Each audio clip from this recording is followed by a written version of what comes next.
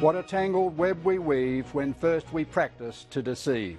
The web of deception and cover-up around slush fund donations has caught, exposed and politically destroyed two more Liberal MPs this week, with another having to leave the party to sit on the crossbenches.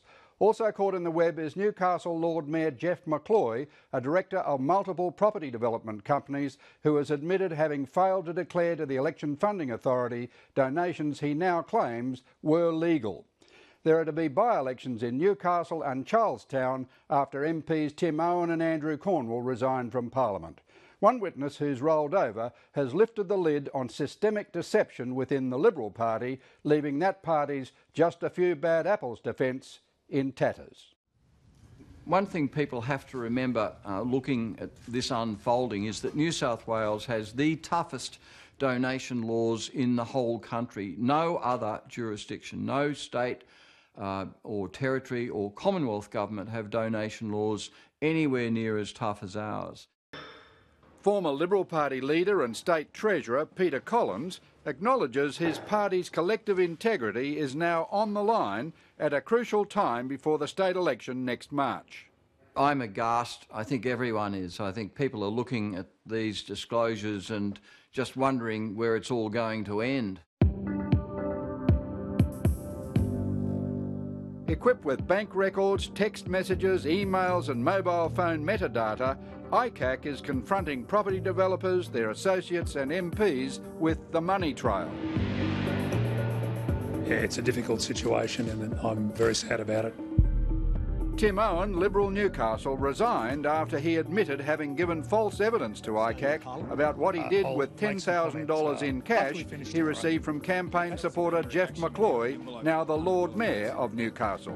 Why did you take the money in the envelope?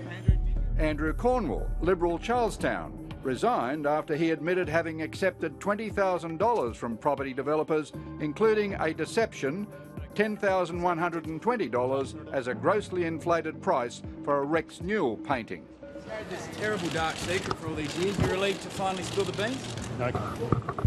On Wednesday, Tim Owen's campaign director, Newcastle solicitor Hugh Thompson, now cooperating with ICAC, produced a 70-page signed statement with exhibits detailing the methods used to avoid disclosure of prohibited donations through concocted invoices for services, through cash, and through routing a $120,000 donation via the Liberal Party's federal entity, the Free Enterprise Foundation. I have been informed that the $35,000 recorded against the Newcastle Key Seat package on 16 December 2010 was donated by Boardwalk Resources through the Free Enterprise Foundation via the Liberal Party.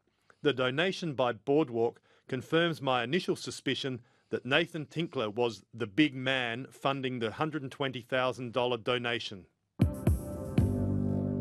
There was a dispute over the identity of the big man. Under intensive questioning, Hugh Thompson insisted the big man was Nathan Tinkler. It's this $120,000 donation which will be the focus when Michael Gallagher is questioned by ICAC. I've spent my entire professional life fighting corruption and crime. Did he solicit this donation from Nathan Tinkler, as indicated in evidence by Hugh Thompson? Just who decided to channel or wash a prohibited donation through the Free Enterprise Foundation and forward it to New South Wales recipients? Mike Gallagher denies impropriety. The fact that the Free Enterprise Foundation has been apparently used as a vehicle for developer donations is a matter of very real concern that I think the party should have addressed some time ago. Let's respect the process. When Barry O'Farrell tightened donation laws after the election, I expressed my concern to various senior people in the Liberal Party and said this is going to end in disaster, and that's precisely what's happened. Did you hand this money over to try and buy favours later on?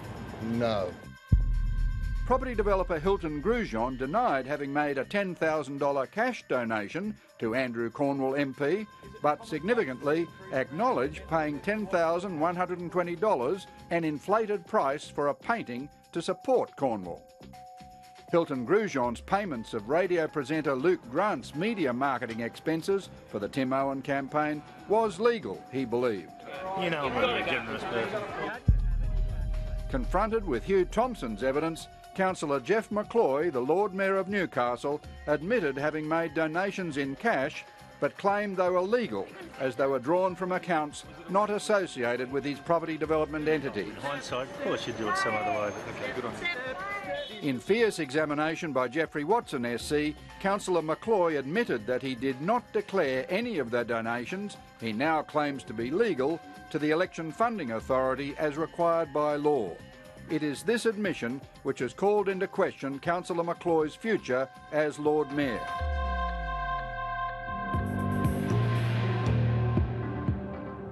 By week's end, another casualty.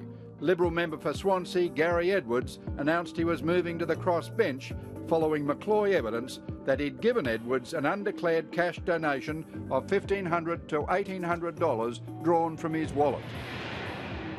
As we've reported, Councillor McCloy has started a High Court action to have the New South Wales ban on property developer donations declared unconstitutional as it abridged free political communication. The question arising, will the Baird government now instruct its constitutional lawyers to defend New South Wales law? That's the issue for Jamie Parker, spokesman for the Greens. Well, the court has been very consistent and it's been very cautious that the implied right to the freedom of political communication is a very important right. And the only opportunity that the court has seen that they can limit that right is where there's a clear link between corruption and donors. And in this case, we think the link is clear. The government should vigorously defend the New South Wales legislation by taking to the court the facts, the evidentiary basis that demonstrates that developers and corruption are inextricably linked when it comes to political donations. Premier Mike Baird declined our repeated requests for a studio interview for tonight's program. People have the right to feel angry, appalled and betrayed, he says, but he doesn't want to provide a running commentary. Also declining a studio interview, Opposition leader John Robertson, who faces questions about the conduct of his Chief of Staff, Ian McNamara, who's been adversely mentioned at ICAC.